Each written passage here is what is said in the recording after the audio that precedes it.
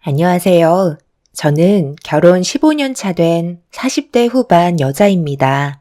이제는 정리할 때가 된 것 같아 미련 없이 사연을 신청하게 되었습니다. 지긋지긋했던 결혼 생활, 남편의 생각 없는 행동 때문에 결국 종지부를 찍게 되는 일이 있었죠. 제 인생에 있어 결혼은 얻은 것도 있지만 잃은 것도 많았던 삶이었던 것 같아요. 그래도 살아온 세월 후회는 없습니다. 제 곁엔 사랑스러운 아들, 딸들이 있거든요. 이번 겨울에 남편과 대판한 적이 있었어요. 그 이유는 시골에 사시는 저희 엄마 집에 문제가 생겨 수리를 해야 했었거든요.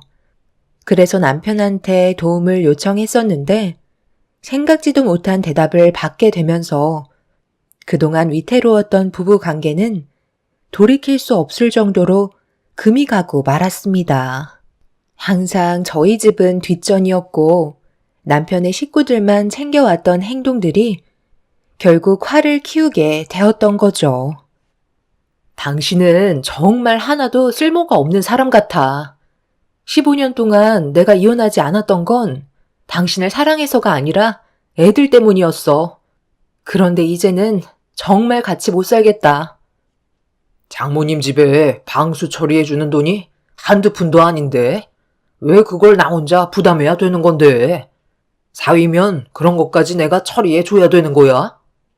내가 지금 당신한테 전부 다 부담해달라고 그랬어? 나는 이런 쪽은 잘 모르지만 당신은 나보다 많은 걸 알고 있잖아. 건설 쪽에서 일을 하는 사람이니까 도움을 좀 받고 싶어서 부탁한 건데 당신은 나랑 결혼하고 사위로서 한 게 뭐가 있어? 입만 털 줄 알지 아무것도 해준 게 없잖아. 사위는 원래 옆에만 있어도 든든한 법이야. 그리고 장모님이 나한테 뭘 바라시거나 부탁하신 적 없으시잖아? 뭘 해달라는 말씀을 하셔야 내가 움직이지.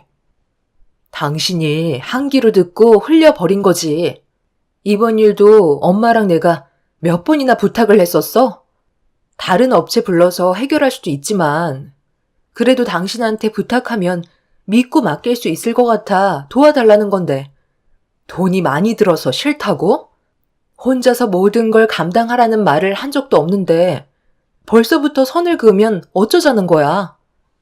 내가 그렇게 한간 사람도 아니고 돈도 안 되는 일에 내 시간 투자하고 싶지 않아. 당신이 나한테 돈을 주겠다고 약속하면 공사 비용이 얼마나 나오는지 견적이나 한번 내보도록 할게.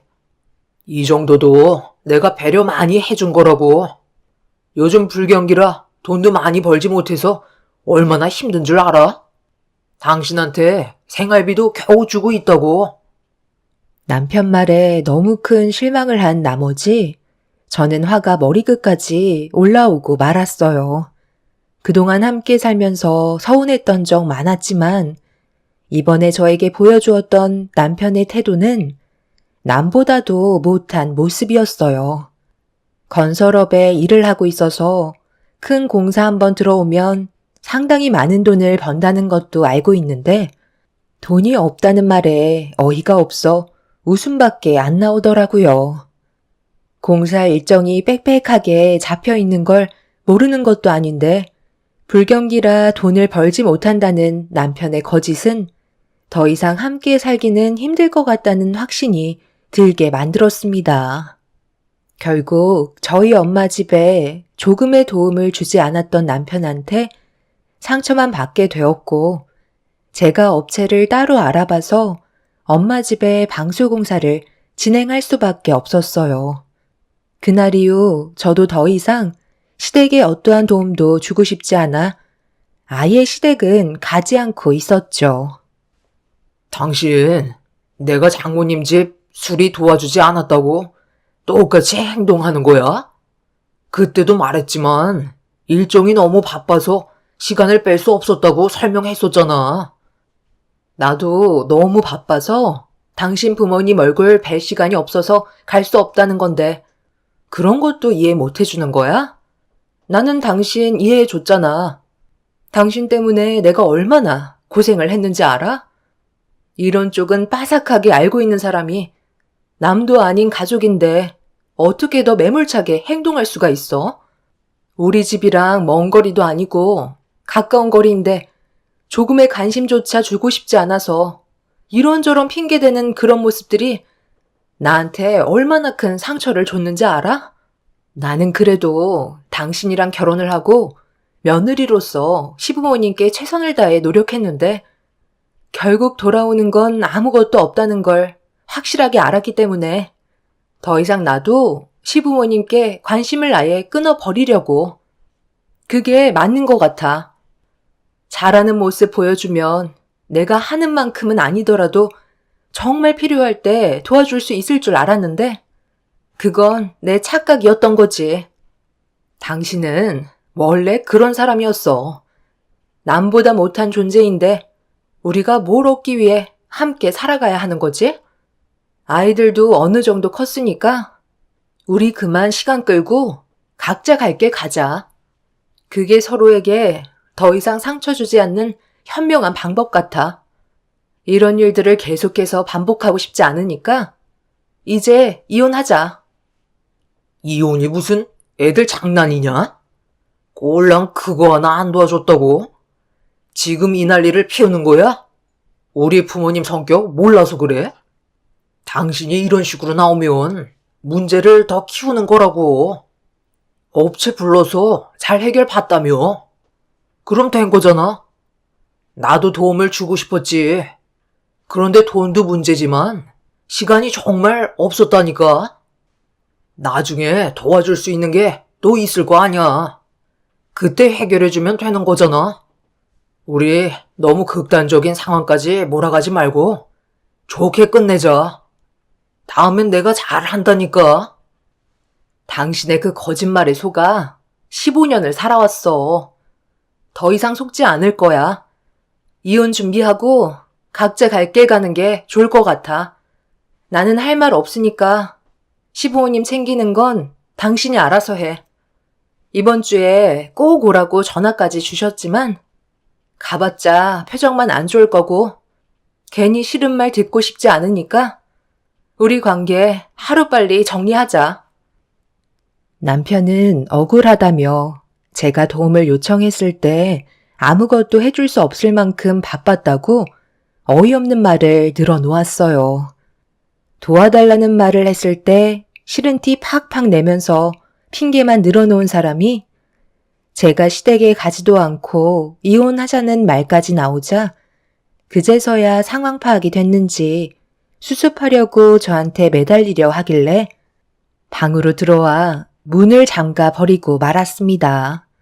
그렇게 한참 동안 문 하나를 두고 대화를 주고받고 있었지만 해결되는 건 아무것도 없었고 결국 남편은 혼자서 시댁을 가야만 했죠.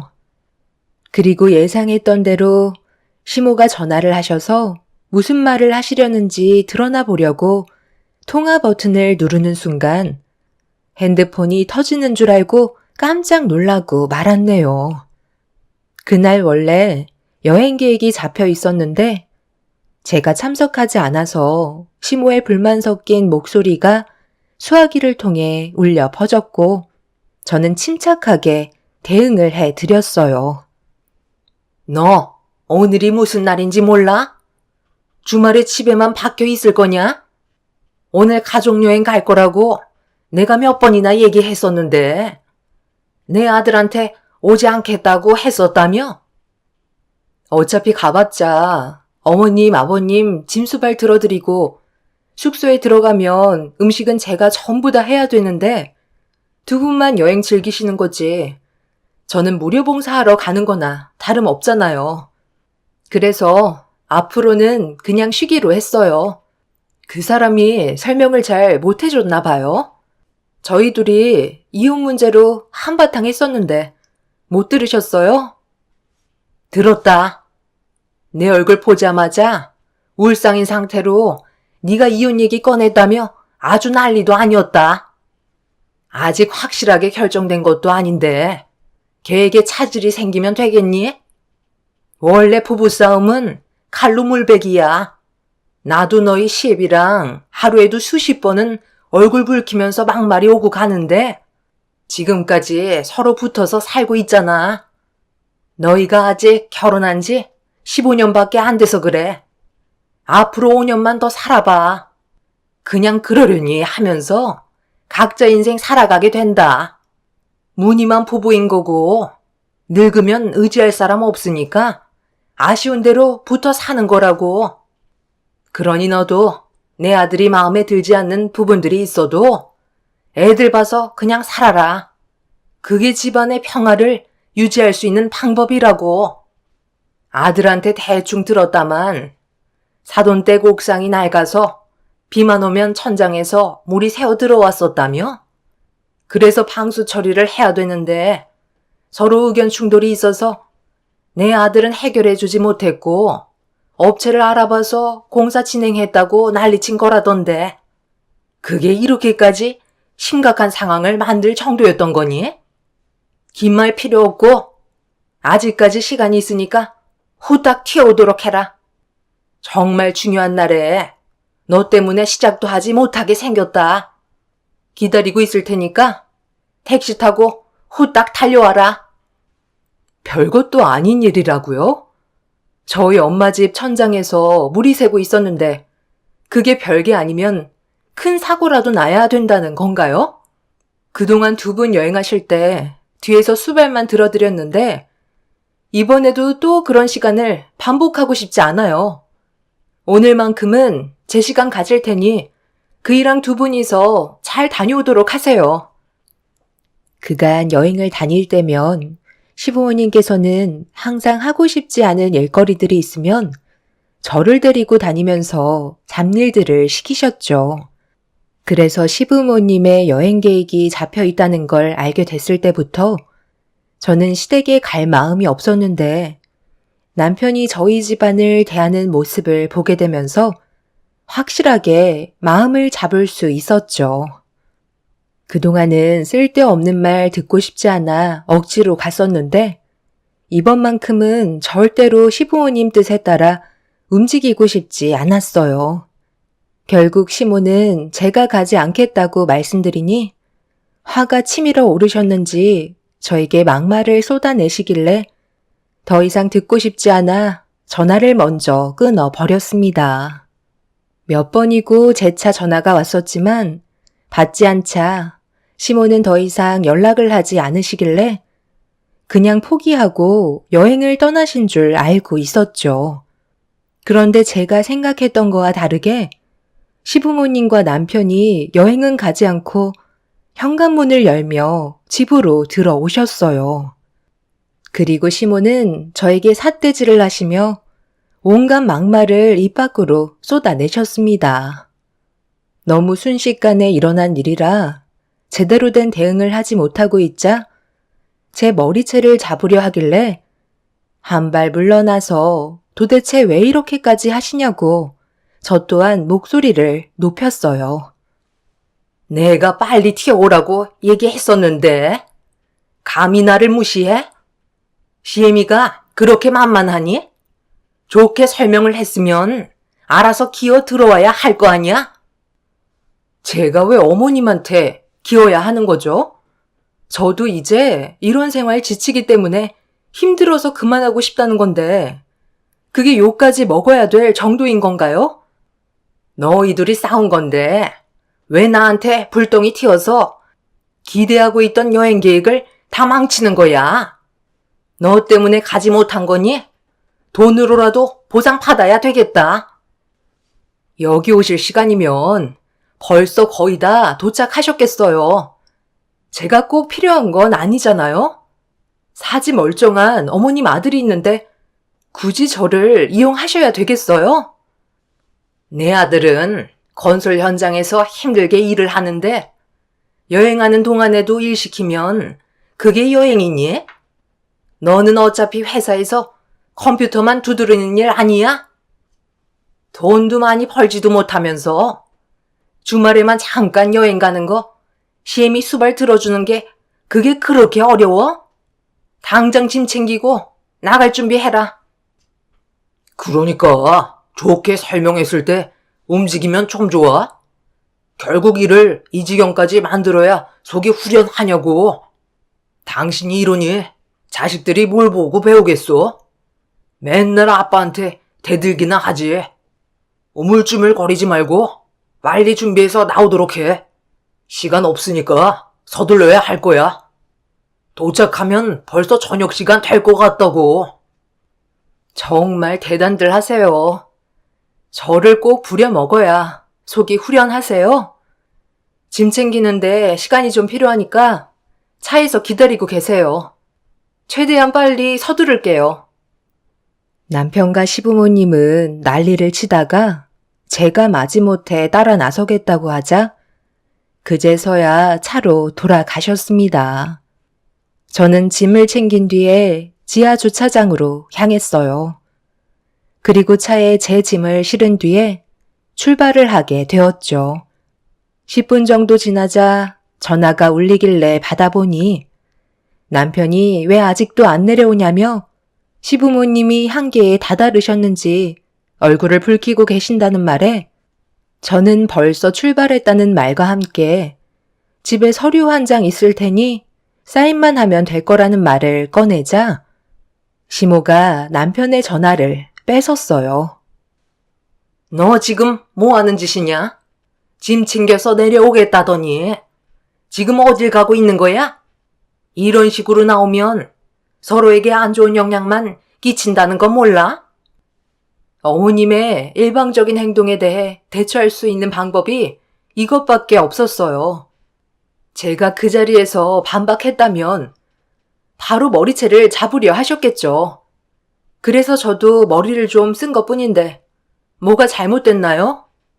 제가 그 일을 선택한 건 행복한 결혼 생활을 꿈꿨기 때문에 혼인신고를 한 건데 막상 결혼을 해보니 상상과 현실은 많이 다르더라고요. 어머님도 마찬가지예요. 처음에는 엄청 잘해주시는 것처럼 대해주시더니 혼인신고 서류에 도장이 마르기도 전에 어머님은 저를 그냥 가정부 하나 드린 것처럼 막 부리셨잖아요. 그렇게 살아온 세월이 15년이에요. 참을 만큼 참았기 때문에 저도 이제 그만하고 싶은 거고요. 아이들 때문에 정말 꾹 참고 버텨왔었지만 그게 오히려 악영향을 끼치는 것 같아 집에 이혼 서류 올려두었으니 그이한테 사인해서 최대한 빨리 날짜를 정리하라고 다시 한번 말씀해 주세요. 제 말은 전혀 듣지 않더라고요. 어머님도 기분 많이 상하셨을 텐데 이참에 다른 며느리 드리면 되겠네요. 시모는 저에게 분노의 비명을 지르셨어요. 15년의 결혼 생활 동안 참아왔던 분노를 터뜨리게 되었고 저의 돌발 행동에 모두들 당황스러워하고 있었습니다. 남편이 저한테 잘하지 못한 만큼 저 또한 시부모님께 잘할 필요 없다는 걸 확실하게 느끼고 있었기 때문에 의미 없는 결혼 생활 유지하고 싶지 않았어요.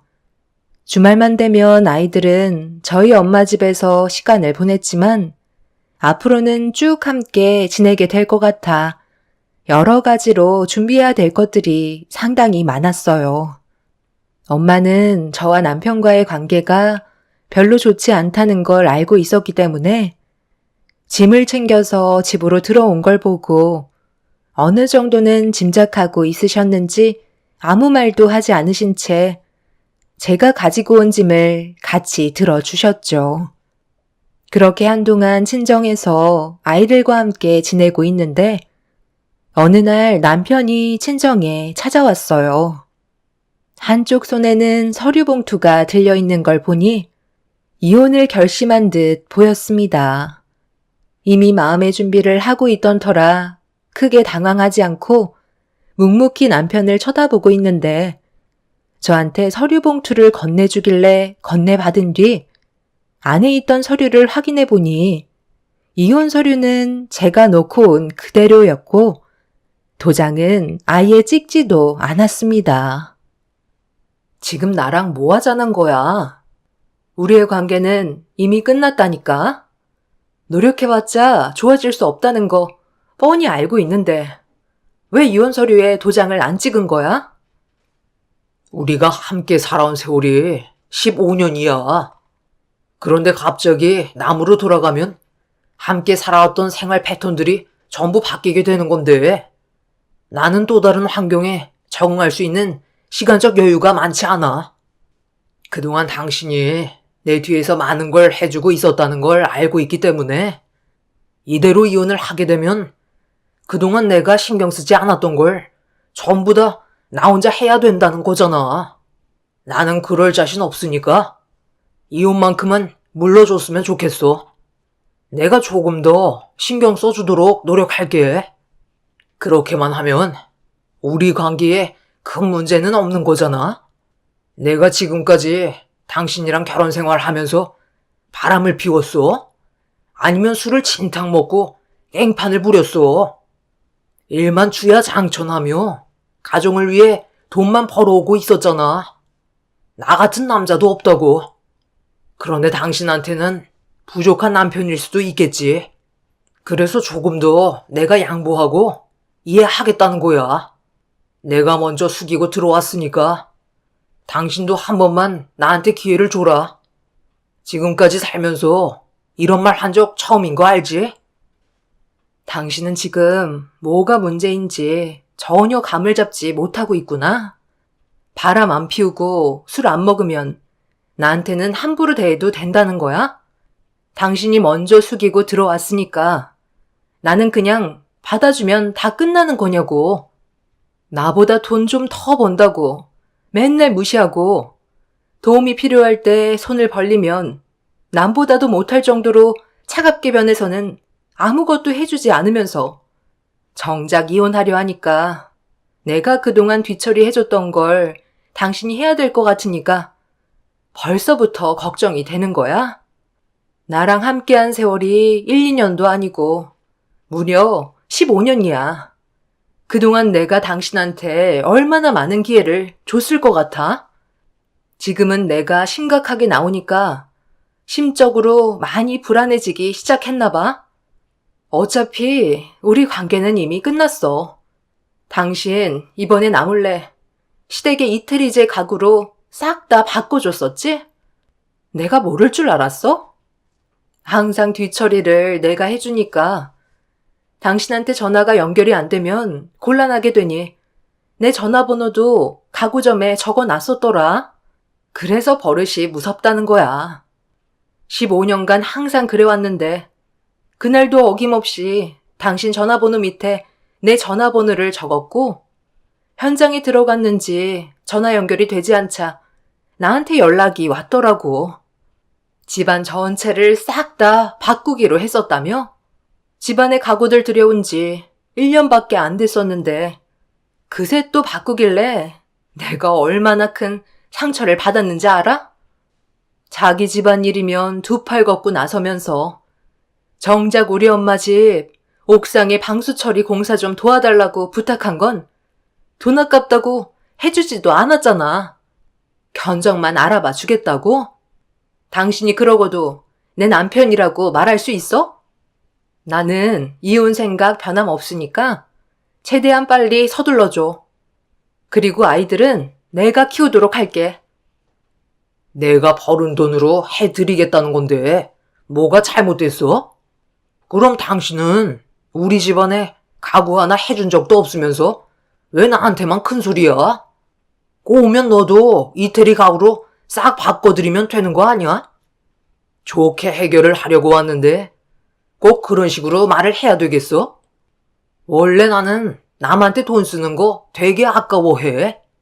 그리고 어차피 집도 허름해서 곧 무너질 것처럼 낡아 빠졌는데 굳이 여기에다 돈을 써야 돼? 그냥 허물고 다시 집을 짓는 게 훨씬 낫겠다. 그런데 너는 그 정도의 돈은 없어서 방수 처리밖에 못 해주지? 내가 그걸 잠깐 잊고 있었네. 나도 더럽고 치사해서 너랑 사는 거 여기까지만 해야 되겠다. 애들은 네가 알아서 키워. 내 성격 하나도 안 닮은 애들 내가 끼고 살아봤자 스트레스만 받을 텐데 그럴 바엔 그냥 네가 키워라. 최대한 빨리 이혼해 줄 테니까 서로 정리할 거 깔끔하게 끝낸 다음 다시는 우리 마주치지 말자.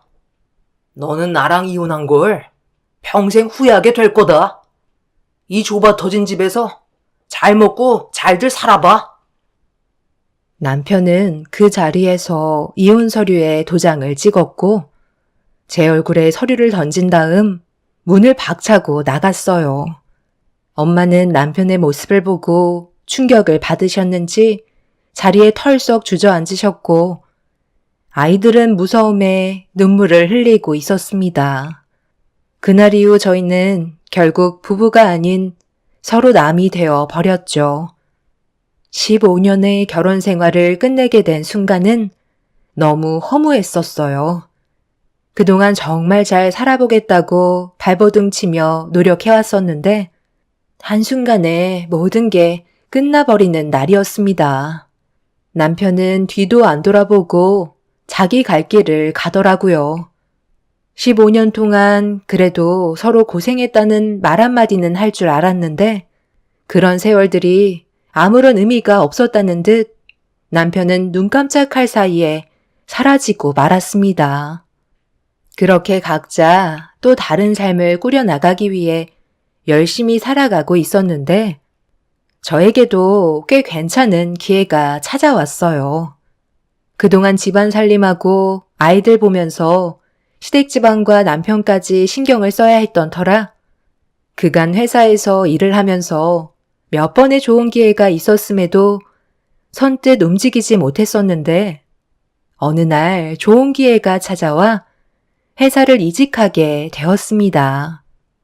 전에 다니던 회사보다 상당히 좋은 조건의 스카웃 제의였고 앞으로 제가 아이들을 책임져야 하기 때문에 움직이는 건 현명한 판단인 것 같았어요. 그렇게 저희 가족은 똘똘 뭉쳐 열심히 살아가고 있었는데 엄마 혼자 살고 계셨던 집이 워낙 허름하고 아이들을 함께 키우기에는 공간 또한 너무 부족해서 남편에게 받았던 위자료와 그리고 제가 따로 가지고 있던 재산들을 합해서 대출을 조금 받아 전원주택을 짓기로 결정을 하게 되었죠. 안정적이고 좋은 일자리를 얻은 만큼 우리 가족이 살 수 있을 정도의 전원주택을 짓는 데는 크게 어려움이 없었어요. 결혼 생활하면서 악착같이 돈을 모았던 게 저에게 정말 많은 도움이 되는 순간이었죠.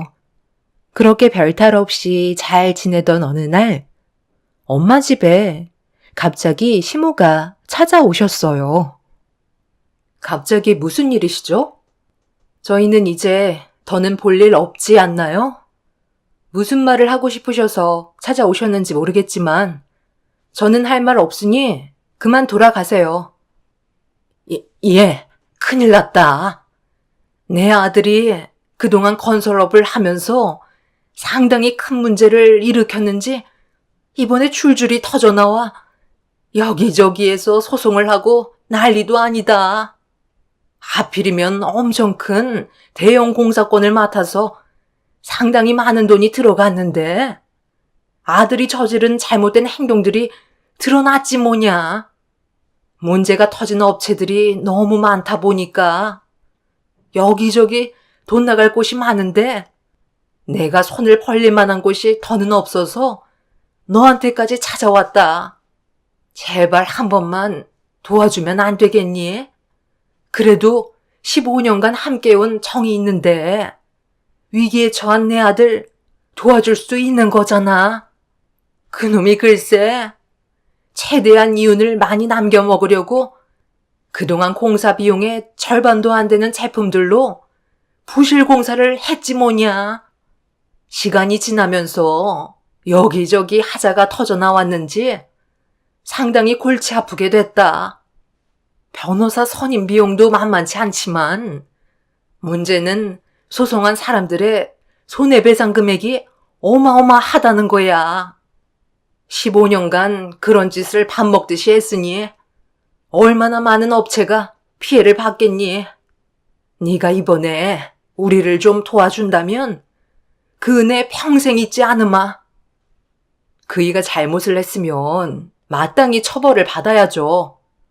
그건 당연한 거 아니에요? 그리고 저는 돈이 없어요. 이번에 저희 가족이 살 전원주택을 새로 짓고 있는 중이거든요. 뭐라고? 그건 내 아들이 너한테 위자료로 준 돈도 포함되어 있을 텐데. 그럼 그거라도 돌려주면 안 되는 거니? 이러다 내 아들 평생 감옥에서 못 나오면 어쩌니? 그건 그이가 알아서 해야 될 문제죠. 저는 제 아이들과 저희 엄마를 부양해야 될 중요한 위치에 있는 상황이라고요. 함부로 돈을 드릴 수 없을 것 같아요. 시모는 돈을 빌려주지 않는다고 제 앞에서 발광을 했지만 제가 아무런 도움을 주지 않을 거라고 강하게 나오자 결국 시모는 오열을 하며 자기 아들 좀 살려달라고 애원하셨어요. 하지만 저는 조금도 도와주지 않았습니다. 그건 남편의 잘못을 도와주겠다는 것과 같은 행동이기 때문에 아이들 보는 앞에서 남편의 편을 들어주는 건 어리석은 행동이었죠. 그렇게 시모는 아무것도 얻지 못한 채 다시 돌아가게 되셨어요. 그 사람이 15년간 건설 현장 및 의뢰받은 곳에서 공사를 진행하는 동안 계약을 했던 품질과 다른 제품으로 그동안 공사를 진행하면서 많은 이윤을 남겨먹고 있었는지 결국 꼬리가 길면 밟히게 된다고 남편의 부실 공사가 드러나게 되었고 많은 업체들이 피해를 보게 되었다는 소식을 들을 수 있었습니다. 결국 그 사람은 현재 재판에서 판결을 기다리고 있는 중이네요. 그런 사람을 남편이라고 15년간 함께 살아왔었다는 게 너무 창피할 뿐입니다. 최근에 뉴스에서도 비슷한 사건이 있었다는 걸 두 눈으로 봤었는데 그 사람도 그런 일을 저지르고 있었다는 게 참 한심합니다. 결국 뿌린 대로 걷어들였으니 어쩌겠어요. 그에 따른 처벌을 받아야겠죠. 돈이 많다고 자기 집안에만 펑펑 쓰고 다니던 그 사람은 결국 자신을 나락으로 밀어낸 꼴이 되었네요. 이제 과거에 안 좋았던 기억은 전부 잊어버리고 앞으로 엄마와 제 아이들과 함께 살아갈 전원주택에서의 삶은 언제나 행복만 가득했으면 좋겠습니다. 제 사연을 들어주신 여러분들께서도 좋은 일 가득하시길 바랍니다. 감사합니다. 안녕하세요. 저는 안양에 살고 있는 37살 여자입니다. 요즘 회사 일이 너무 바빠서 정신없는 날들을 보내고 있는데 누군가가 찾아왔다는 말에 휴게실 문을 열고 들어가니 낯이 익은 한 사람이 앉아 있었어요.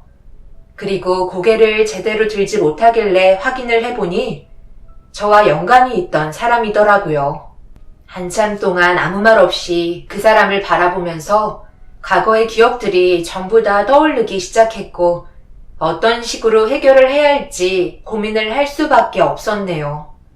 그때의 일이 벌써 5년이나 흘러버렸지만 좋은 기억은 아니었기 때문에 제 머릿속에 각인이 되어버린 것 같아요.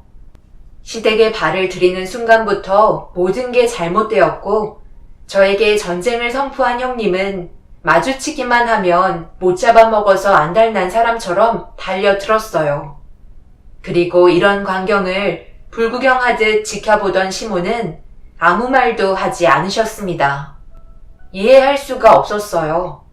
누가 봐도 형님의 태도는 잘못되었는데 나무라지 않는다는 게 너무 서운하게 다가왔었죠. 그래서 참다 못해 제가 직접 입을 열어 형님에게 불만을 털어놓게 되면서 사건이 시작되었네요. 형님, 솔직히 지금 상황 너무 불공평하다고 생각돼요. 어떻게 이 모든 걸 혼자 다 해결을 해요? 같이 좀 도와주시면 안 될까요? 내가 왜 동서를 도와줘야 한다고 생각하는데? 나는 내가 따로 할 일이 있다는 거 몰라? 이런 건 이제 막 이 집안에 며느리로 들어온 동서가 해야 되는 게 당연한 거 아니야? 나도 그동안 혼자서 얼마나 많은 시간을 명절 때마다 주방에서 보냈는데. 그래도 형님은 어머님이 같이 도와주셨잖아요. 저는 아무도 도와주지 않고 무조건 제 앞에 던져주기만 하시니까 서운해서 그런 거죠. 제가 처음 인사드리러 왔을 때 형님이 그러셨잖아요. 앞으로 동생처럼 잘 대해주시겠다면서요. 그런데 그이랑 결혼하고 나서부터 저는 시댁에 올 때마다 노동만 하고 있는걸요. 제대로 된 대화를 나눌 수도 없고 아버님 어머님께 인사드린 뒤 곧장 주방에 들어가서 집에 돌아갈 때까지 나오지 못한다는 건 제가 상상했던 결혼 생활이 아니었다고요.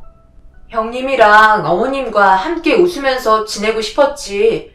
매일 얼굴만 보면 눈치 보고 제대로 말도 붙일 수 없는 이런 분위기를 원한 게 아니었어요. 제가 형님에게 마음에 들지 않는 행동을 한 건가요? 아니면 처음부터 제가 마음에 안 드신 거예요? 애초부터 동서가 인사하러 들어왔을 때 마음에 들지 않았어. 그런 거 왜 있잖아. 보면 볼수록 계속 싫어지고 밉살스러운 사람들. 동서도 거기에 포함이 되는 한 사람인 거지.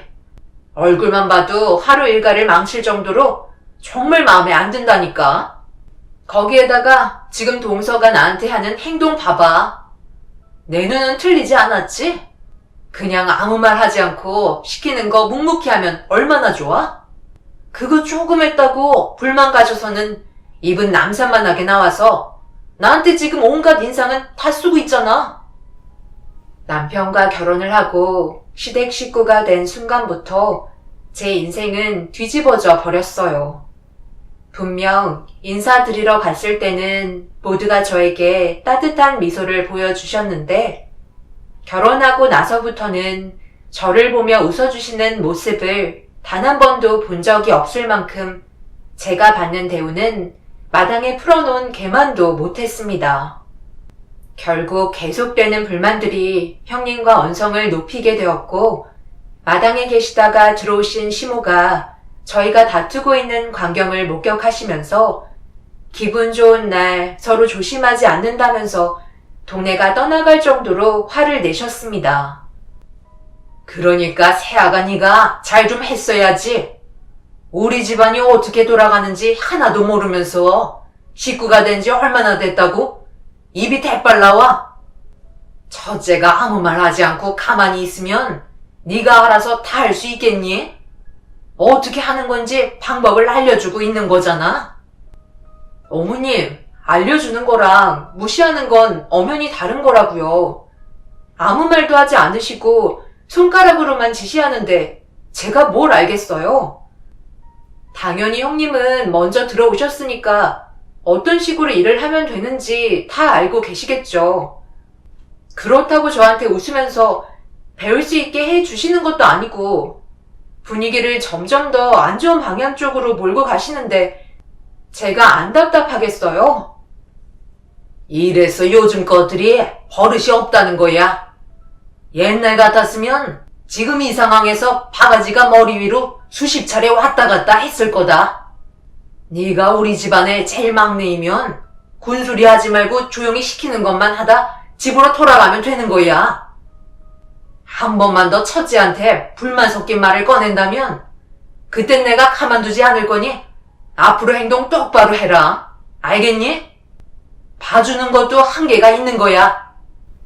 저는 할 말을 잃어 시모가 저에게 화를 내는 모습만 바라보고 있었어요. 솔직히 중간 위치에서 완급 조절을 해 주실 줄 알았는데 시모는 무조건 형님의 편만 들어주셨어요.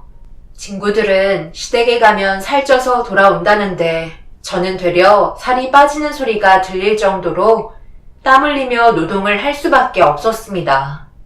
그때는 정말 서운했었고 거실에서 웃고 떠드는 소리를 주방에서 듣고 있자니 저도 모르게 눈물이 흘러버려 음식 준비를 하기가 힘들어 주저앉아 눈물을 훔쳤는데 그걸 본 형님의 큰 아들이 거실로 달려가 큰 소리로 제가 눈물을 보이고 있다는 걸 알렸고 시부와 대화를 주고받고 있던 남편이 급하게 주방으로 달려왔네요.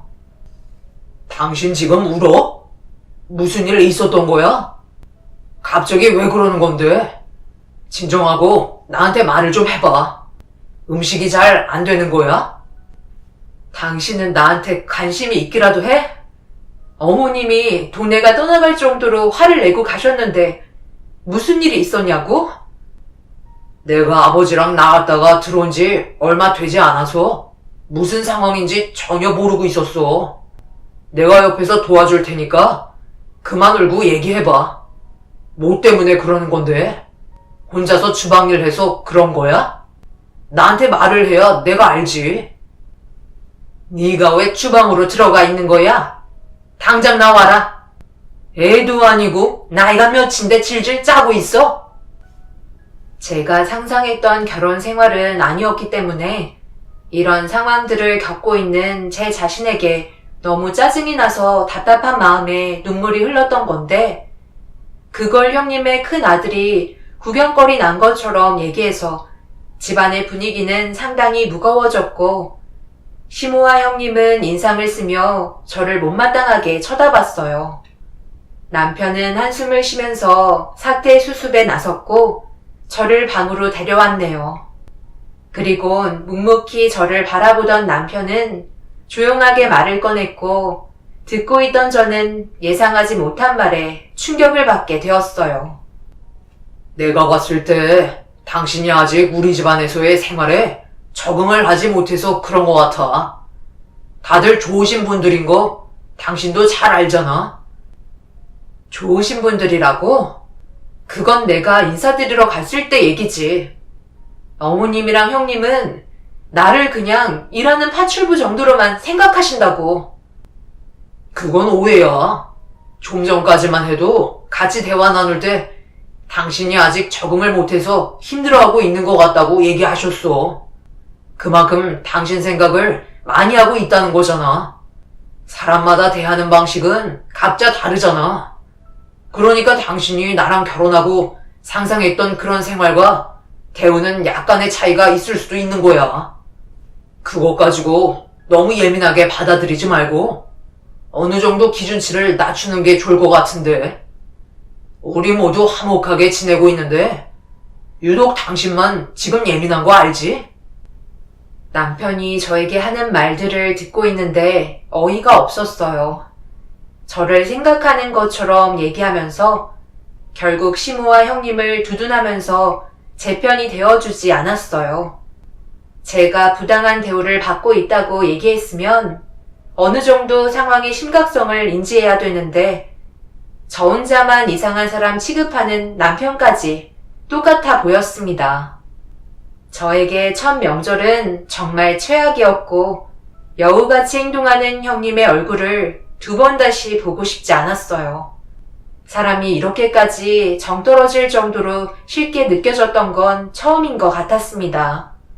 그래서 집으로 돌아왔을 때 남편에게 얘기했어요. 어떠한 이유에서라도 부당한 대우를 받는 건 더 이상 참지 않겠다고요. 남편은 알겠다며 고개를 끄덕이면서 제 말을 흘려들었고 귀찮다는 듯한 표정을 보이면서 방 안으로 들어갔습니다. 회사에서 저와 비슷한 나이대의 동료들에게도 명절날 어떤 식으로 보냈냐고 물어보면 축제인 것 마냥 모두 둘러앉아 함께 음식 만들고 즐겁게 보냈다며 결혼 생활에 만족을 하고 있었어요. 반대로 제가 겪은 상황을 풀어놓자 모두들 경악을 하면서 어떻게 그런 사람들이 있냐고 드라마에서나 나올 법한 사람들이 실제로 존재한다는 게 놀랍다면서 경악을 하고 있었네요. 직원들과 대화를 나누면서 제가 잘못되지 않았고 시댁지방과 형님에게 문제가 있다는 걸 그때 확실하게 알 수 있었어요. 저는 이 문제를 바로잡을 생각도 없었습니다. 그렇게 하려고 더 이상 노력조차 하고 싶지 않았어요. 아무리 발버둥 쳐봤자 돌아오는 건 아무것도 없을 거라는 걸 알 수 있었으니까요. 처음 시댁에 인사드리러 갔을 때 시모와 형님이 저에게 평소처럼 대해주셨다면 이 결혼하지도 않았을 텐데 그때와 다르게 180도 바뀌어버린 모습들에서 알 수 있었던 건 남편이 결혼을 하지 못할까봐 어쩔 수 없이 제가 마음에 들지 않아도 그냥 받아준 것 같은 느낌이 들었어요. 점점 그런 생각들이 제 머릿속을 꽉 채우게 되었던 건 때 되면 모이게 되는 어쩔 수 없는 상황 속에 저는 투명인간 취급을 당했었고 남편은 껌딱지처럼 시모한테 붙어서 떨어지지 않으려는 애 같은 모습을 보여주고 있었습니다. 그동안 만나오면서 알고 있던 남편의 모습과 전혀 알지 못했던 행동들이 튀어나올 때면 이 결혼이 오래가지 못할 것 같은 느낌이 들었어요. 그렇게 곧 깨질지도 모를 얇은 유리판 위에 위태롭게 서 있는 것 같은 결혼 생활을 힘들게 유지해오고 있던 어느 날 하나의 사건이 터지고 말았습니다. 아무 이유 없이 시부모님께서 주말에 식사나 같이 하자고 모두를 부르셔서 어쩔 수 없이 시댁으로 가던 도중 갑자기 접촉사고가 나게 되면서 남편이 보험 처리를 하느라 예상 시간보다 조금 늦게 도착하게 되었고 형님네와 시부모님께서 먼저 식사를 하고 계셨어요. 마당에서 아주버님이 고개를 굽고 계시길래 남편이 일손을 거들었고 저도 상위에 부족한 음식들을 다시 채워둔 뒤에 자리에 앉았습니다. 그런데 그날따라 형님의 큰 아들이 계속해서 저에게 말을 걸어왔어요. 저희가 늦게 도착해서 눈치가 보이는 상황 속에 최대한 침착하게 대응을 하려 했는데 평소에는 저와 말도 제대로 하지 않던 아이가 계속 반말로 말을 붙이길래 처음에는 받아주다가 아무리 생각해봐도 어른에 대한 예의가 아닌 것 같아 조용하게 얘기를 해줬어요. 어른들한테는 존댓말을 해야 된다고 좋게 설명을 해준 순간 형님 큰 아들이 갑자기 눈물을 흘리면서 형님에게 달려가더니 제가 혼을 냈다는 말도 안 되는 거짓말을 하면서 분위기를 안 좋게 흘러가게 만들었습니다. 얘가 반말을 섞어가면서 말을 할 수 있는 거지. 그걸 가지고 지금 그렇게 콕 집어서 애를 혼내야 되겠어? 동서가 어른이면 좋게 설명을 해주던지 타이르면 될걸. 눈물까지 흘리게 만들어야 돼? 내가 한동안 아무 말 안 하고 가만히 있으니까 이젠 우리 가족을 만만하게 보는 거야? 그러는 동서는 어른에 대한 공경을 한 적이라도 있어? 말만 하면 불만이 한가득이면서 그럴 만한 자격이 된다고 생각하는 거야? 어머님, 저 동서 때문에 불편해서 못 살겠어요. 어머님 댁에 편하게 와서 쉬다가 가려 했는데 이게 뭐예요? 동서가 오자마자 분위기 전부 다 망쳤잖아요. 저 정말 못 살겠어요. 어떻게 좀 해주세요. 제 아들이 잘못했나요? 지금 여기에 너보다 나이 많은 사람들도 가만히 있는데 마당에 있는 개만도 못한 것이 어디서 참선을 가르치려 들어? 제가 혼을 냈겠어요? 그냥 어른들한테는 존댓말을 해야 되는 거라고 좋게 얘기한 것밖에는 없다고요. 제 말이 끝나기도 전에 시모는 듣기 싫다며 갑자기 제 얼굴에 뺨을 내리쳤고 제가 왜 시모에게 뺨을 맞아야 하는지 몰라 당황해하면서 멍하니 쳐다봤어요. 그런데 이런 와중에 더 어이가 없었던 건 남편의 행동이었죠.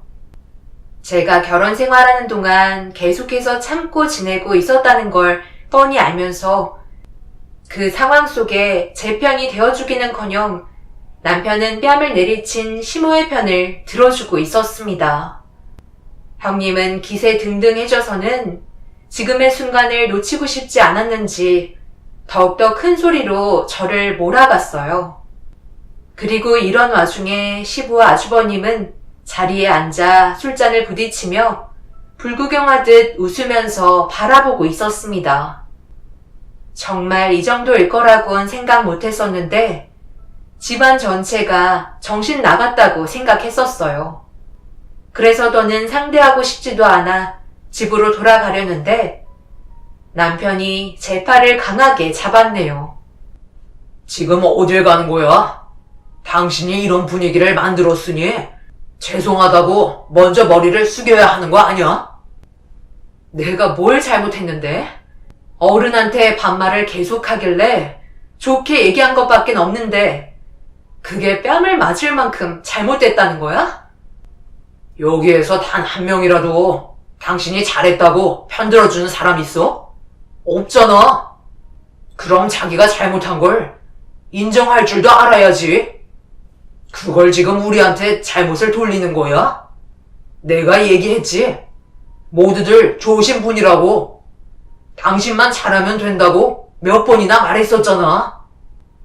회사 사람들한테 내가 겪고 있는 지금 이 상황에 대해서 얘기하니까 뭐라는 줄 알아? 당장 그 집안에서 뛰쳐나오라고 하더라. 당연히 다른 사람들도 내가 잘못했다면 현실을 받아들이고 살았었겠지. 그런데 다들 아니라잖아. 당신들이 잘못하고 있는 걸 왜 내 탓으로 돌리는 건데? 나는 더 이상 이런 식으로 살고 싶지 않으니까 여기에서 우리 인연 마무리해. 네가 뭔데 내 아들과의 인연을 결정짓는 건데? 이혼이 말처럼 쉬운 줄 알아? 버릇없이 행동했으니 당연히 시애미가 혼낼 수도 있는 거지. 지금 그거 가지고 이혼을 하겠다는 거니? 제발 네가 잘못한 건 인정을 하고 받아들이거라. 저러니 이쁨을 받지 못하는 거지. 어머님, 제가 처음 인사하러 왔을 때 얘기했었잖아요. 분명 집안에 불화를 일으킬 것 같다고요. 더는 듣고 싶지 않아 제 팔을 잡고 있던 남편의 손을 뿌리치고 대문을 나서면서 시댁 집안과의 인연을 끊어내게 되었습니다. 결국 이혼을 선택하게 되었고 2번 다시 시댁 집안과 마주치고 싶지 않았어요. 더 오래 끌지 않고 하루라도 빨리 정리한 게 정말 다행이라고 생각했었습니다. 그렇게 다시 새롭게 시작하게 된 삶이 너무나 감사하게 느껴졌고 열심히 회사 일을 하며 평범한 생활을 유지하고 있던 어느 날 퇴근하려고 건물 밖을 나오는 순간 남편이 저를 기다리고 있었어요. 이혼한 마당에 왜 저한테 찾아왔는지 이해할 수 없었고 대화조차 섞고 싶지 않아 제 갈 길 가려는데 갑자기 많은 사람들이 지나다니는 길거리에 갑자기 무릎을 꿇으며 한 번만 살려달라고 애원을 하고 있었습니다. 무슨 일인지 영문도 모른 채 다짜고짜 무릎부터 꿇은 남편 때문에 당황스러워 급하게 자리를 피하려는데 제 앞에 시모가 나타나 제 양손을 잡더니 그동안 몰라봤다며 저에게 했던 행동들에 대해 잘못을 했다며 눈물까지 보이고 계셨습니다. 무슨 일이 벌어지고 있는 건지 전혀 모르는 상태에서 남편과 시모 행동은 저를 난처하게 만들었어요. 시모는 한 번만 대화할 수 있는 기회를 달라며 계속해서 애원을 하시길래 주변에 보는 사람들도 너무 많아서 일단 조용한 카페로 들어가 왜 저희 회사 앞에까지 찾아오셨는지 여쭤보게 되었네요. 내가 그동안 너를 몰라봤다.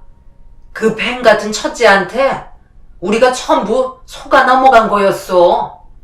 중간에서 우리를 떼어놓으려고 이간질 시키려 했다는 걸 뒤늦게 알게 됐다니까. 그동안 내가 너무 모질게 대했던 건 용서해다오.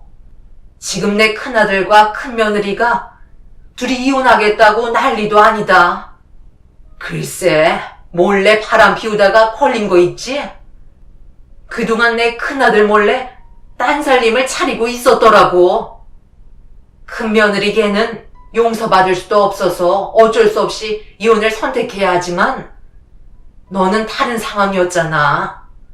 우리가 몰랐던 것 뿐이고 앞으로 좋아질 수 있는 충분한 기회가 많았었는데 우리가 몰라봤었다. 지나간 일은 전부 잊어버리고 내 아들과 다시 새 출발하면 안 되겠니? 그래, 우리 엄마 말처럼 그때 잠깐 삐걱거린 것뿐이지 좋았던 적도 많았잖아. 이혼을 했어도 다시 재결합하면 문제 없는 거야. 그래서 지금 형님의 빈 공간을 저보고 채우라는 말이잖아요. 제가 다시 어머님 집안에 며느리로 들어가 몸종으로 살라는 말 아닌가요? 절대 힘든 일 같은 거 시키지 않을 테니까 내 아들과 다시 시작만 해줘. 너 아니면 우리 아들이 누구랑 새 출발을 하겠니? 형님이 바람을 피우고 있던 게 아주버님께 들켰는지 이혼을 하겠다고 결정을 내렸던 것 같아 보였어요. 그래서 아쉬운 대로 저에게 달려오신 게 눈에 훤히 보였습니다. 아무래도 시모 혼자 명절 때나 행사 때 집안일 하는 게 무리가 있을 것 같다고 생각했었겠죠. 그런데 저와는 대화로 충분히 풀어나갈 수 있다고 판단을 했었는지 회사 앞에까지 찾아와 용서를 빌고 있었습니다. 하지만 이미 어떤 집안들인지 충분히 겪어왔는데 또다시 그곳에 들어가고 싶지 않았어요. 그래서 2번 다시 회사 앞까지 찾아오지 말라며 자리에서 일어났고 그날 이후 시모와의 인연을 완전히 끝낼 수 있었네요. 정말 웃겼었죠. 한 가족이었을 때는 함부로 대했으면서 막상 제가 떠나고 공백이 생기게 되니 아쉬워서 찾아왔다는 게 눈에 훤히 보였습니다. 형님은 저에게 온갖 잘난 척은 다 하더니 정작 본인은 뒤에서 호박씨를 까고 있었다는 게 정말 어이가 없었네요. 그날 이후 2번 다시 연락이 오지 않았고 정신없이 살아가다 보니 어느새 몇 년이 훌쩍 지나가 버렸어요.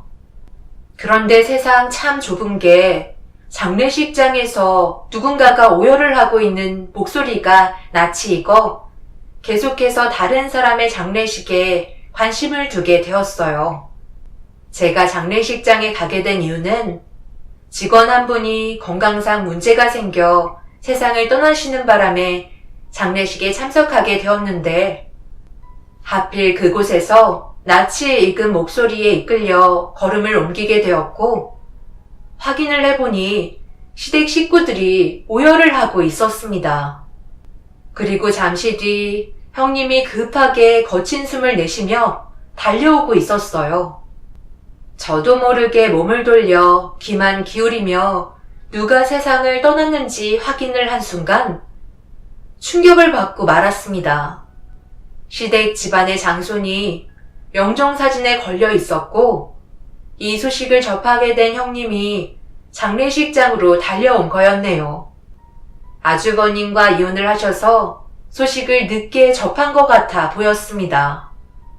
자식이 세상을 떠났으니 그 아픔이 얼마나 크겠어요. 그런데 문제는 예상하지 못한 곳에서 터지고 말았습니다. 한참 동안 오열을 하며 눈물을 보였던 형님이 누군가에게 전화가 왔는지 자리에서 일어나 화장실로 힘겹게 비틀거리며 걸어가길래 그 뒤를 밟았고 경악할 만한 전화 통화 내용을 듣게 되면서 떨리는 손으로 형님의 목소리를 녹음하게 되었네요. 그래서 내가 뭐라고 그랬어? 그냥 데려오겠다고 했었잖아. 엄마 찾겠다고 돌아다니는 바람에 사고가 나서 세상을 떠났는데 당신은 애 아빠인데도 마음이 아프지 않아? 어떻게 장례식장을 안 올 수가 있어? 우리 아들이 세상을 떠난 거라고. 어차피 그 사람이랑 이혼했고 이제는 상관없는 사람인데 뭐가 그렇게 중요해? 우리 관계 저 집안이 전부 다 알고 있잖아. 빨리 서둘러서 장례식장으로 튀어와. 안 그럼 내가 당신을 용서하지 않을 거야. 알겠어? 누구 때문에 이렇게 됐는데? 충격적이게도 형님의 큰 장소는 시댁 집안의 피가 섞이지 않은 남의 자식이었어요. 그리고 그걸 시댁 집안 사람들은 전혀 모르고 있었고 형님만 이 사실을 숨기고 있었네요. 아이가 세상을 떠난 건 정말 안타까운 일이었지만 형님이 이 사실을 입 밖으로 꺼내지 않는 한 끝까지 모르게 되는 사실이라 제가 모든 사실을 알게 된 만큼 그냥 두고 볼 수는 없었어요. 그래서 시댁 장례식에 화환을 하나 보냈고 제 이름과 직함을 작성한 뒤에 다른 문구를 새겨 넣었습니다. 그리고 잠시 뒤 화환을 받게 된 시댁 집안은 장례식장에서 난리가 나고 말았네요. 형님이 모습을 드러내자마자 시모는 머리채를 잡으며 난리를 치게 되었고 이 모든 게 제가 꾸민 일이라며 난리를 치고 있던 형님의 거짓말을 더 이상 듣고 싶지 않아 그 앞에 나타나 화장실에서 녹음해 두었던 내용을 재생시켰고 시댁 집안 사람들은 전부 넋이 나간 상태로 혼비백산하고 말았습니다. 그 와중에 남편은 화환 속에 찍혀있는 제 이름과 직함을 보곤 저에게 다가와 장례식장에서 저와 다시 만나주지 않겠냐고 하루도 빠짐없이 저를 생각하고 있다며 분명 사원이었는데 언제 과장까지 달게 된 거냐고 저를 다시 보게 되었다면서 장례식장에서 재결합하자고 매달리기 시작했어요. 형님은 저를 노려보면서 용서하지 않겠다고 난리를 쳤지만 잠시 뒤 저에게 무릎을 꿇게 되는 상황이 발생되었네요. 시댁 식구들이 전부 장례식장에서 나가버리는 돌발 행동을 하셨어요. 자기들 피가 섞이지 않은 아이의 장례식까지 해줄 수 없지 않냐며 형님에게 알아서 하라며 모두들 떠나셨고 형님은 가진 게 없으셨는지 저에게 갑자기 손을 벌리며 돈을 빌려달라고 애원하기 시작했어요. 아주버님과 이혼하고 바람 피우던 남자와 함께 살았지만 돈을 물쓰듯이 쓰던 남자 때문에 남아있는 게 없다며 돈을 빌려달라고 저에게 부탁하는 입장이 되었네요. 하지만 제가 형님에게 돈을 빌려줄 만큼 좋은 사이도 아니었고 불과 몇 분까지만 해도 저를 용서하지 않겠다며 이를 갈았기 때문에 형님의 본성을 숨기고 있다는 걸 직감한 저는 등을 돌려 장례식장을 나오게 되었네요. 그날 이후 2번 다시 마주칠 일 없을 거라 생각했었는데 저희 회사에 형님이 직접 찾아왔어요. 휴게실에서 고개를 떨군 채 저를 기다리고 있던 형님은 눈물을 흘리면서 돈을 좀 빌려달라고 애원하고 있었습니다.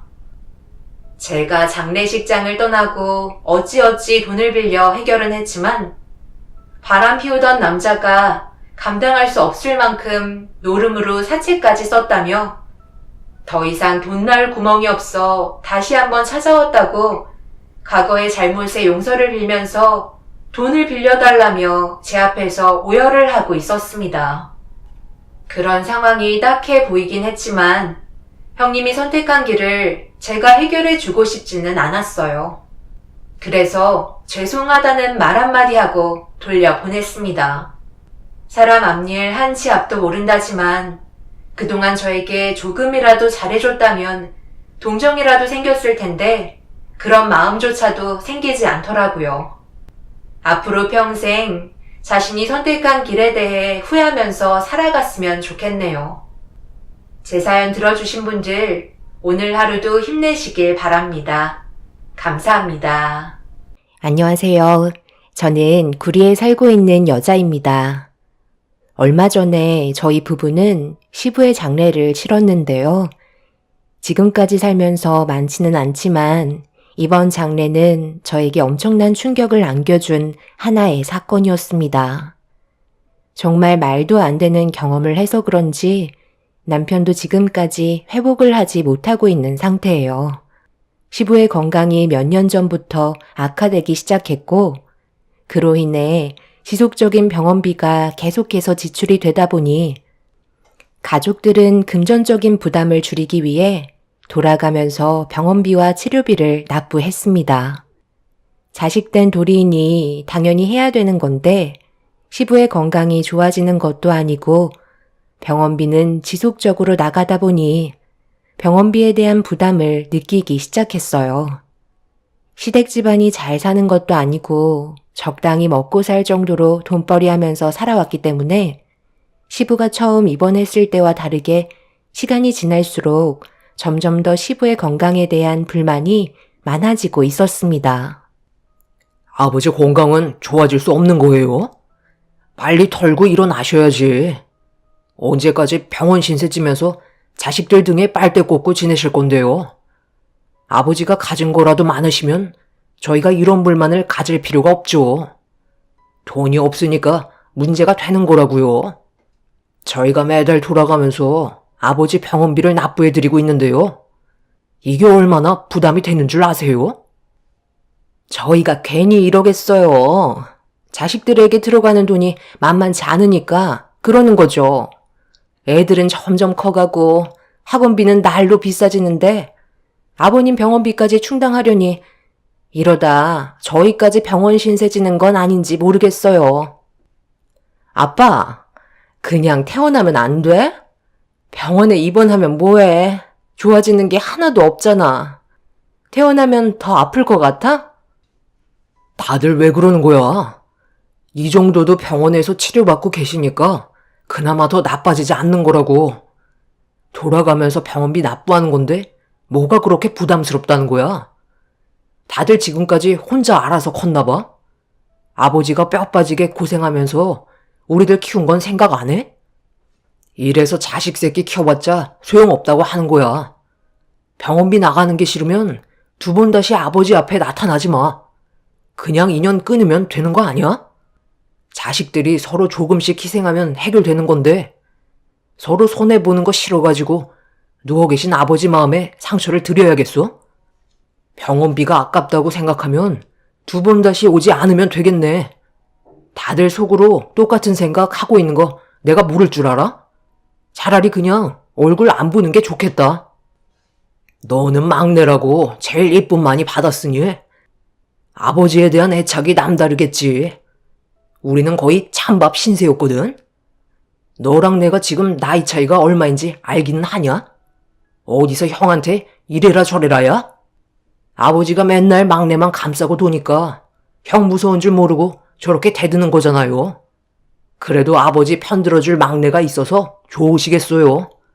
저는 이제 더 이상 못하겠네요. 시부는 그동안 자식들을 위해서 정말 열심히 살아왔었다고 남편에게 들었어요. 자식들이 많다 보니 시부 혼자 모든 걸 감당해야 했고 자식들은 입만 벌리며 받아먹기만 했었는데 정작 연세가 드시고 건강이 안 좋아지시자 자식들은 등을 돌려 버리더군요. 병원비 내주는 것조차 싫어서 자식들 모두 더 이상 병원을 찾아오지 않았고 시부는 살아야겠다는 의지를 놓아버리셨는지 더 이상의 치료를 받으려 하지 않았어요. 저희한테만 모든 짐을 짊어지게 하고 싶지 않으셨는지 퇴원 수속을 밟아둔 상태셨죠. 남편은 시부에게 희망을 잃지 마시라고 치료받는 걸 권해드렸지만 이미 마음의 결정을 하신 듯 결국 병원을 나오시게 되었습니다. 그리고 예상했던 대로 집으로 돌아오신 시부의 건강 상태는 더욱더 악화가 되었고 의사의 말대로 오래 버티시지 못하셨어요. 몇 달의 시간 동안 남편과 시부는 많은 대화를 주고받으면서 과거에 함께했던 추억들을 꺼내셨어요. 그리고 병원비가 부담스러워 찾아오지 않았던 자식들의 마음도 이해하셨습니다. 경제적인 부담을 안겨주고 싶지 않았던 시부는 그렇게 자꾸 하셨고 장례식이 진행이 되자 그제서야 가족들이 하나둘 모여들기 시작하더군요. 당신도 최대한 알고 있는 지인한테 전화를 해서 아버지 장례식에 오게끔 만들어. 이럴 때 인맥을 이용해 먹는 거지. 그렇잖아도 벌써 연락 한 번씩 다 돌렸어. 퇴근하고 저녁 늦게 온다고 했으니까 당신은 돈이나 잘 챙겨. 형, 지금 뭐 하는 건데? 아버지 이름 팔아서 장사하겠다는 거야? 형은 지금의 상황에 돈밖에 안 보여? 아버지가 누구 때문에 일찍 작고하셨는지 잊었어? 우리가 서로 뭉쳐서 조금만 더 노력했다면 충분히 가능성은 있었다고. 너 원래부터 말이 많았냐? 자식들이 힘들게 벌어모은 돈 아버지한테 쏟아 부어서 완치된다는 보장이 있었어? 시간만 늘려줄 뿐 완치는 힘들다고 의사가 진단을 내렸는데 거기에다가 왜 쓸데없이 돈을 퍼붓냐고.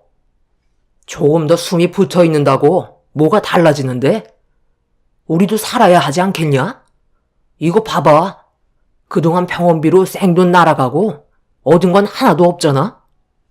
차라리 이럴 거였으면 그냥 진통제나 드시면서 시간 보내다 돌아가시는 게 제일 좋은 방법이었을 거다. 우리가 아버지 때문에 지불했던 병원비 원상복구는 해야 될 거 아냐? 그래서 이참에 최대한 많은 사람들을 부르려는데 그게 잘못된 거냐? 아주버님과 형님들은 장례식장을 이용해 최대한 돈을 벌어가려는 이해할 수 없는 행동을 했어요. 지금이 마지막 기회인 것 마냥 전화기를 붙들고 한 명이라도 장례식장에 오게 하기 위해 바쁜 모습을 보여주고 있었죠. 그 모습을 바라보면서 정신없이 조문객들을 맞이하고 있었습니다. 정말 많은 분들이 장례식장을 찾았고 남편은 그런 가족들의 모습을 보면서 한숨만 내쉬고 있었어요. 그렇게 늦은 저녁이 되었을 때 조문객의 발길이 끊기자 시숙과 신우들은 부의금함에 모두 모여 서로 중간 결산이라도 하는 듯 돈봉투를 꺼내서 서로 자기 거라며 소리 높여 돈에 대한 집착을 보여주고 있었습니다. 일단 각자 부른 지인들 것만 챙기도록 해. 그리고 아버지 쪽으로 들어온 건 나중에 따로 계산하도록 하자고. 이 중에 내가 부른 지인 것들도 있는 것 같은데? 봉투에 이름 쓰는 걸 잊어버린 것 같아. 확인 좀 해볼게. 뭘 확인을 해? 그렇게 따지면 내 사람 것도 분명 있을 거라고. 일단 봉투에 적혀있는 각자 관련 있는 사람들 것만 챙겨. 나중에 빠진 건 명부 확인해보면 되니까 일단 확실한 것부터 가져가도록 해. 이번에 내가 좀 놀란 건 아버지가 그동안 인간관계를 잘 유지해오고 계셨나 봐. 생각보다 많은 사람들이 와서 놀랐다니까. 저기 쌓여있는 부의금 전부 아버지 지인분들이 놓고 가신 거잖아. 일단 내가 집안의 장남으로서 모든 걸 관리해야 하니까 아버지 이름으로 들어온 건 내가 관리하도록 할게. 다들 불만 없지? 태호 너 이름으로 온 것도 있는데 지금 가져갈 거야? 아니면 나중에 한 번에 챙겨갈 거냐? 장례가 끝날 때 서로 챙겨가려다 보면 정신없으니까 네 것도 미리 확인해보고 가져가. 형은 지금 여기 뭐하러 온 거야? 남들이 봤을 때 우리 집안을 뭘로 생각하겠어? 아버지가 돌아가셨고 여기는 장사하는 곳이 아니라 장례식장이라고. 다들 돈에 눈이 멀어서 지금이 무슨 상황인지 전혀 감이 안 잡히나 봐. 태호 너 지금 형이 참고 있는 거 안 보이냐? 어디서 지금 형한테 대들고 있어? 적당히 대들어야지. 너만 아버지 돌아가셔서 슬퍼? 너희들이 동생 교육을 어떻게 시켰으면 형 무서운 줄 모르고 저 모양이야? 오빠는 왜 항상 우리 탓을 하는 거야? 오빠도 잘난 거 하나 없잖아. 집안의 장남이 그동안 뭘 했는데? 아빠가 벌어오는 돈이나 빨아가려 했으면서 꼴에 장남 노릇은 하고 싶은가 봐. 우리도 그동안 말을 안 한 거지? 얼마나 불만이 많았는 줄 알아? 태우 너 누나가 그냥 조용히 입 다물고 있으라고 아까부터 몇 번이나 얘기했어? 아빠 영정사진 앞에서 내가 너한테 화를 내야 되겠니? 한 번만 더 큰 소리 나게 하면 아무리 동생이라도 그냥 넘어가지 않을 거야. 그리고 오빠가 왜 아빠 이름으로 부의금 넣은 걸 따로 보관한다는 거야? 오빠 혼자 장례 비용 전부 다 지불할 거 아니잖아. 일단 나머지는 부의금함에 다시 넣어놔. 혹시 알아? 오빠가 우리 몰래 뒤로 빼돌리고 입 닦을 수도 있는 거잖아. 돈 앞에서는 가족도 믿지 말라고 그랬어. 그만큼 예민한 부분이니까 각자 지인들 것만 챙기는 걸로 하자고.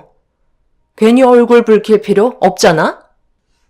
장례 첫날의 시댁 식구들의 모습은 정말 충격에 가까웠었어요.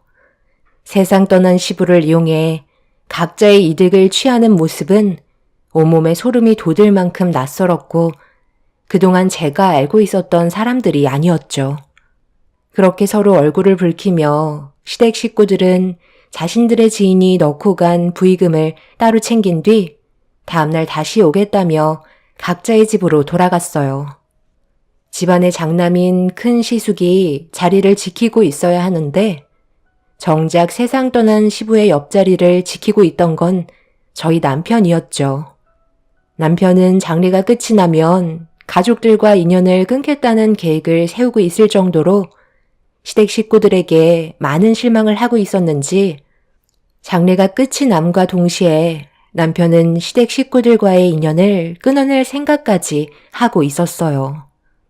그렇게 장례 둘째 날 늦은 저녁에 시댁 식구들은 한자리에 모여 자기 사람들의 부의금을 따로 가방에 챙겨놓고 있었어요.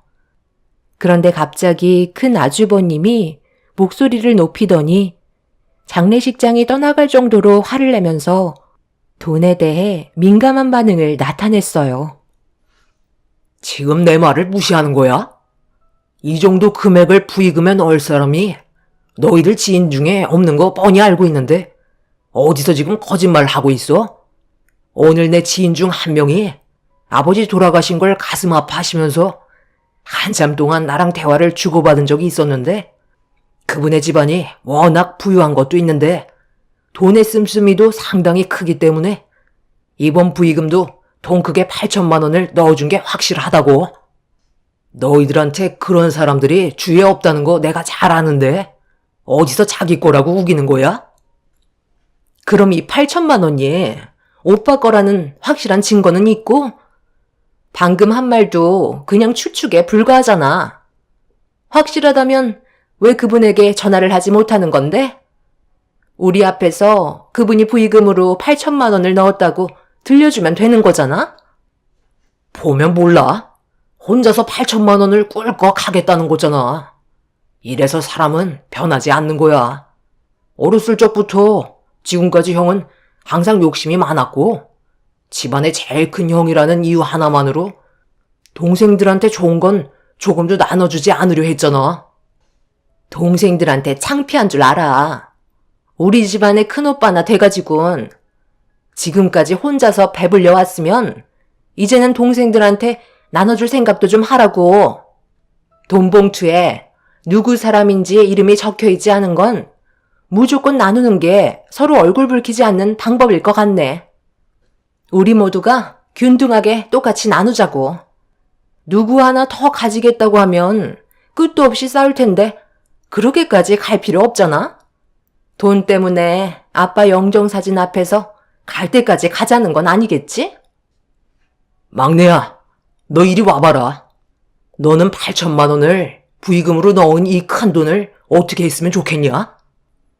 나까지 끼어들어서 나눠 가져간다고 할까봐 신경 쓰이는 거야? 그걸 왜 나한테 물어봐?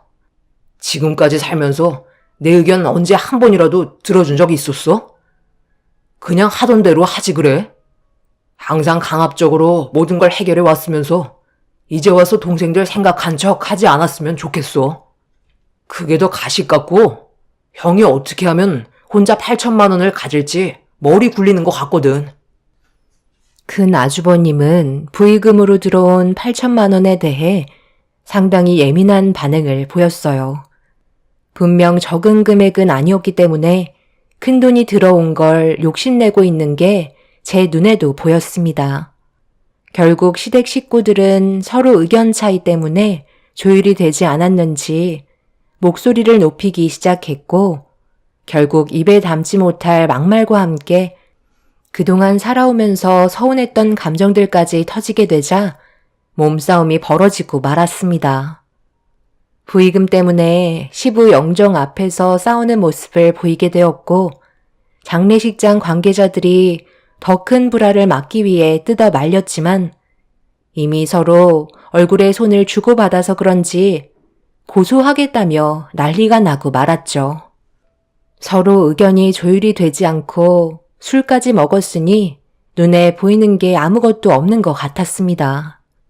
오로지 시댁 식구들 눈에는 8천만 원을 혼자 가지겠다는 집착만 남겨져 있는 상황이었죠.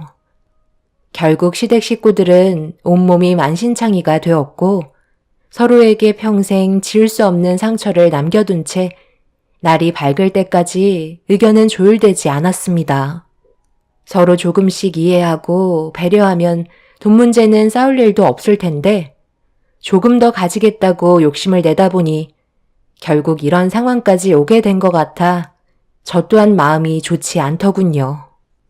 그동안 살면서 장례식장이 이렇게까지 지저분하게 진행이 된 적도 처음이었지만 문제는 부의금을 해결하지 못하면 분명 누군가 한 명은 큰 문제를 일으킬 것만 같은 불안한 느낌이 지속적으로 들었는데 조금 잠잠하다 싶던 순간 큰 시숙손에 그동안 챙겼던 부의금 가방을 들고 있었고 한쪽 손에는 8천만 원이 들어있는 돈봉투가 들려 있었습니다.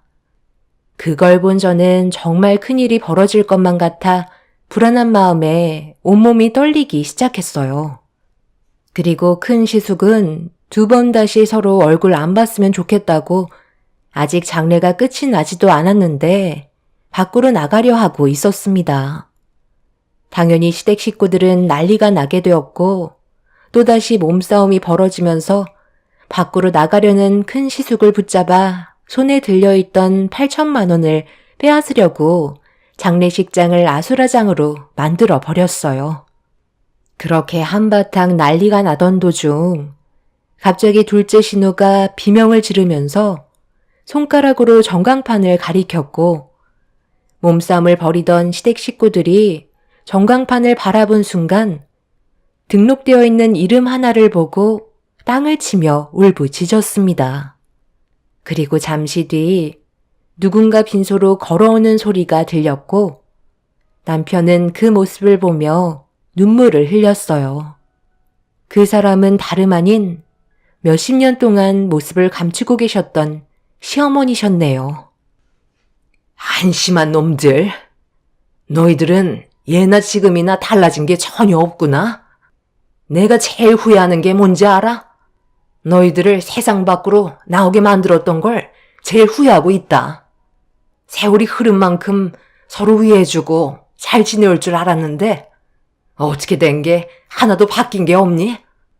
혹시나 하는 마음에 8천만 원을 사람을 시켜서 부의금으로 넣게 지시했는데 고작 그 돈 때문에 서로 얼굴 안 보겠다고 헐뜯고 상처되는 말들을 아무렇지도 않게 주고받으면서 너희 아빠 영정사진 앞에서 집안 망신 다 시키니? 어머니가 여기는 어떻게 알고 온 거예요? 그럼 이 8천만 원이 어머니가 부의금에 넣으신 거였어요? 지금 이게 뭐 하는 짓이에요? 그동안 한 번도 저희 앞에 나타나지 않다가 왜 이제야 저희 앞에 모습을 드러내신 거죠? 무엇을 원하시는 거냐고요? 내가 내 첫 남편 얼굴 보러 온 건데 다른 이유가 있어야 하니? 그리고 너희들 앞에만 나타나지 않은 거지. 태호와는 계속 연락을 주고받고 있었고 몇 달 전에도 얼굴 한번 본 적 있다. 너희들 하는 꼴이 너무 화가 나서 내가 안 올 수가 없었다. 비록 너희 아빠랑 안 좋게 이혼을 했지만 가정을 위해 최선을 다했던 건 나도 아는 사실인데 자식들이 하나같이 키워주는 애는 생각하지 않고 얼마 되지 않은 병원비 아까워서 너희 아빠한테 등을 돌려? 그것도 모자라 장례식장에서 돈 좀 벌어보겠다고 이런 일들을 만들어? 내가 뒤에서 지켜보고 있는데 여기가 돈놀이하는 노름판도 아닌데 서로 부의금 얼마 들어왔는지 계산하면서 네 거 내 거 하고 있는 모습을 보니 더는 참을 수가 없었다. 그래서 너희들이 어디까지 가는지 확인해 보기 위해 8천만 원 부의금 넣은 거고 예상했던 대로 가족의 모습은 전혀 찾아볼 수가 없더구나. 한심한 놈들. 당장 내 눈앞에서 사라져. 남편에게 모든 걸 자세하게 들은 건 아니었지만 시부가 오래전에 시모를 놔두고 잠깐 눈을 돌린 적이 있었고, 단 한 번의 실수가 충격적인 상황을 오게 만들었고, 그날 이후 시부모님은 예전처럼 좋은 관계를 유지할 수 없었다는 걸 듣게 되었습니다. 이유는 시부가 딱 한 번 실수로 눈을 돌렸을 때 집 앞에 갓 태어난 신생아 아이가 있었고, 어쩔 수 없이 시모가 그 아이를 걷어들여 키워야만 했었죠. 그리고 그 아이가 지금 제 옆에 있는 남편이었고, 오랜 세월 시부모의 갈등은 결국 서로 갈라설 수밖에 없는 상황을 겪게 되었습니다. 남편이 성인이 되면 그때 이혼을 하려고 생각하셨던 것 같았어요. 비록 시부의 실수로 남편이 세상 밖으로 나왔고 친엄마를 찾을 수는 없었지만 시모는 단 한 번도 친자식으로 생각 안 했던 적이 없었다며 지금까지 좋은 관계를 유지해 오고 있었습니다. 그리고 이런 사실을 시댁 식구들도 전부 다 알고 있었기 때문에 막내인 남편을 함부로 대하며 상처되는 말들을 아무렇지 않게 뱉어댔었죠. 그런데 시모가 배 아파 낳은 자식들은 하나같이 서로 헐뜯고 돈 때문에 싸우는 모습을 보니 실망을 많이 하셨는지 슬픈 표정으로 시숙들과 신우들을 바라보셨어요. 그리고 큰 시숙손에 지어져 있던 8천만 원 돈 봉투를 뺏어들더니 거기에다 남편의 이름을 적은 뒤 남편의 손에 건네주셨죠. 너희들이 조금이라도 서로 양보하며 우애 좋은 모습을 보여줬더라면 내가 가진 재산을 너희들 위해 사용하려 했다. 그래서 이름을 적지 않은 건데 집안인 장남인 너는 막내보다 못한 모습을 보여주면 되겠니? 이 8천만 원은 막내한테 줄 테니까 너희들은 이제 그만 각자의 삶으로 돌아가거라. 그리고 내가 가진 재산은 전부 사회에 기부하기로 마음먹었다. 몇십 년 만에 나타나서 친자식인 저희한테 그게 할 말이에요? 대오제는 배다른 자식이잖아요. 아버지가 바람 피워서 낳은 자식인데 저희가 정상적으로 살아갈 수 있었겠냐고요? 두 분이 이혼하시고 나서 저희도 정신적으로 얼마나 많은 충격을 받았는지 알아요? 그래서 아버지가 더 원망스러웠고 이런 삶이 너무 싫었다고요. 어머니는 저희랑 한 번이라도 연락하려 했어요. 친자식인 저희보다 배다른 막내한테만 더 많은 신경을 쓰셨잖아요. 저희가 그걸 보고 자라왔는데 정상적이길 바라시는 게 문제인 거죠. 막내한테 건네주신 8천만 원은 저희한테도 권리가 있다고 생각해요. 제가 여기에서 난리치는 거 보고 싶으신 건 아니시죠? 어떻게 친자식은 찬밥 신세이고 배다른 자식을 더 아끼시는지 모르겠네요. 어머니는 아버지의 행동에 대해 화가 안 나세요? 이게 정상적인 가정이냐고요? 그 8천만 원 당장 내놓으시고 사회에 기부하겠다는 재산도 저희한테 전부 나눠주시는 게 맞는 거예요. 그렇게 하지 않는다면 저희는 어머니 장례식장도 찾아가지 않을 겁니다. 시숙과 신우들은 시모를 상당히 증오하고 있었어요. 어렸을 적부터 남편에게 차별을 받았다고 생각하고 있는 듯 보였습니다. 시모도 그렇고 시숙과 신우들이 느끼고 있는 감정은 서로 너무 달랐어요. 하지만 자식으로서 지켜야 할 도리가 있는데 누가 봐도 상식 밖의 모습을 보인 시숙과 신우들의 행동은 이해할 수가 없었습니다. 결국 시모는 자식들을 내쳤고 남편과 함께 시부의 장례를 치러야만 하셨죠.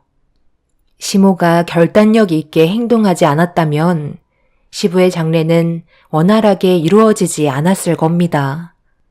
남편은 8천만 원의 부의금을 시모에게 다시 돌려드리려 했지만 시모는 부의금으로 들어간 돈이기 때문에 돌려줄 필요 없다면서 앞으로 어떤 식으로 살아가야 할지 많은 고민에 빠지셨어요. 자식들이 하나같이 정상적이지 않은 건 전부 다 부모 잘못이라며 괴로워하셨어요. 시모도 그동안 살면서 자식들에게 말 못할 상처가 많은 듯 보였습니다. 앞으로 시댁 식구들과의 관계를 끊어낼 수 없다는 거 잘 알고 있어요. 며칠 전에도 큰 시숙이 남편에게 전화를 했어요. 이유는 시모가 남편에게 준 8천만 원을 혼자 가질 생각하냐며 화를 냈습니다. 똑같이 나눠 가져야 더 큰 불화를 막는다고 시댁 식구들의 계좌번호 전부를 남편에게 보내주었죠. 지금 현재 뭐가 문제인지 모르는 시숙의 행동이 안타깝게만 느껴졌습니다. 형, 지금 엄마가 왜 이렇게까지 하셨는지 모르는 거 아니잖아. 잘못된 행동에 대해 용서를 구하면 되는 건데, 그게 그렇게 힘든 거야? 8천만 원 한 푼도 안 쓰고 그대로 있어. 형도 그렇고 누나들도 제발 본인들이 뭘 잘못했는지 충분히 반성하고 용서를 구하면 좋겠어. 나도 최근에서야 알게 된 사실인데, 장례식장에서 재산 얘기하셨잖아. 엄마의 건강 상태가 많이 안 좋으신 것 같아. 그런데 그런 엄마 앞에서 형이 뭐라고 그랬어? 장례식장에 발도 들이지 않겠다며 엄마의 마음에 상처를 안겨드렸잖아. 그게 자식으로서 할 말이야? 아무리 화가 나도 말을 가려서 해야 될 거 아니야. 다시 한번 말하지만 더 이상 자존심 내세우지 말고 당장 엄마한테 연락해서 형이랑 누나가 했던 행동들에 대해 용서를 구해. 엄마 췌장암 말기래. 언제 돌아가실지 모르는데 나중에 돼서 후회할 거야? 한두 살 먹은 어린애들도 자기 낳아준 부모한테는 항상 감사하게 생각해. 엄마가 잘못한 게 뭐가 있는데? 그동안 살면서 엄마 혼자 얼마나 외롭고 힘드셨을지 생각해 보라고. 남편은 결국 아주버님께 그동안 서운했던 감정을 터뜨리고 말았어요. 시모가 모습을 드러냈던 건 안타깝게도 시부애들을 밟게 될 날이 얼마 남지 않아서 몇십 년 만에 모습을 드러내신 거였습니다. 아주버님도 시모가 췌장암 말기 판정을 받았다는 말에 상당한 충격을 받았는지 다시 연락 주겠다며 전화를 끊어버렸죠. 시댁 식구들에게 주어진 시간이 얼마 남지 않은 만큼 서로 좋게 해결해서 서로 의지하는 관계로 발전되길 바랄 뿐입니다. 여러분들께서도 지금 곁에 있는 가족들에게 언제나 아낌없는 사랑을 베푸시고 행복한 날들만 만들어 가시길 바랍니다. 감사합니다.